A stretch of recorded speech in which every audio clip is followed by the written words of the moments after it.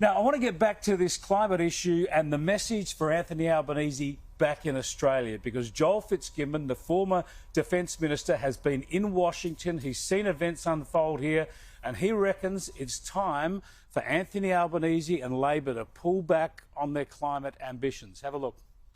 Joel Fitzgibbon, thanks for joining us. Gee, it's been an eventful week, hasn't it? Let's go through some of it. Let's start with AUKUS. How is AUKUS looking under Donald Trump 2.0? AUKUS is looking really good. I've had a conversation with Kevin Rudd since our arrival, and he reports good news. And, you know, when we run into the political classes here, there's nothing but praise and interest in the AUKUS proposal. So I'm feeling pretty confident about that. Have you seen before anything like this? President sworn in, executive orders scribbled off within half an hour or so, done up on stage, pulling out of Paris, sending troops to the southern border. It's incredible to watch, isn't it? No one of my age or younger, Chris, has ever seen anything like this. It's a juggernaut.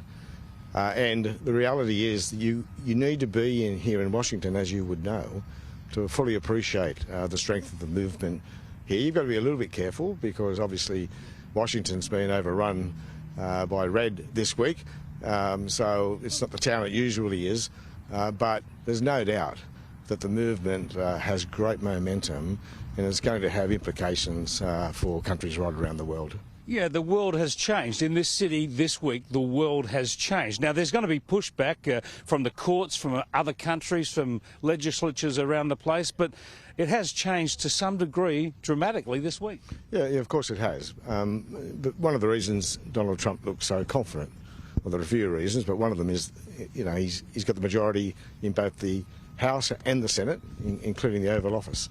That's a great position of strength. And a Conservative-dominated Supreme Court. True, but he also has a mandate, certainly in his mind. And you know, I thought he might have dialed down the rhetoric a little in the inauguration speech. Expectations management is important in politics, but he did not. He wound it up and doubled down, basically, so it's going to be an interesting and wild ride. The border's closed already. Reports are fewer people coming through on the Mexican border. Troops are going down there. When it comes to diversity, equity and inclusion, websites on government departments have already been cleaned. I mean, the change is actually happening immediately. Well, he's tapped into something, and whether you agree with it or not, it doesn't matter. He's tapped into a population, not unlike most Western democracies at the moment, where people think things are in decline. They're not happy with their lot in life and they're looking for a disruptor.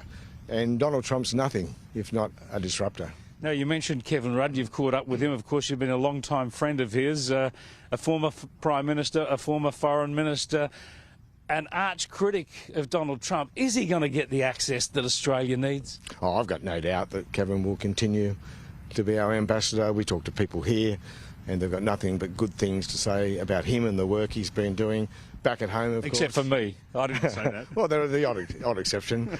But, you know, back at home, no less than Peter Dutton and the like have been backing him in and praising the work he's doing. I think in the end, people will see him for the work he does and his effectiveness rather than anything he may or may not have said in the past. Now, you've always been a realist in the Labor Party when it comes to energy, and energy has been huge this week. Donald Trump has pulled America out of Paris. He's called a halt to some approvals when it comes to wind energy plans, and he's accelerating approvals when it comes to oil and gas development. Doesn't this leave Australia even further exposed with our net zero ambitions?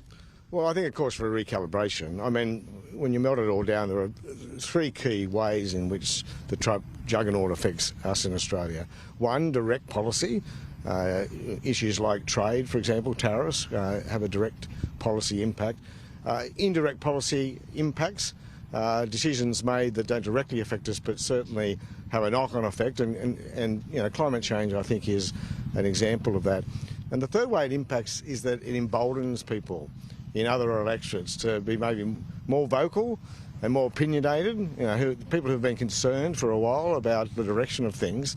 And Trump gives them a green light to have more to say about that. So I think all political parties in Australia and in every Western democracy will have to be rethinking and recalibrating both their policy and campaigning approaches.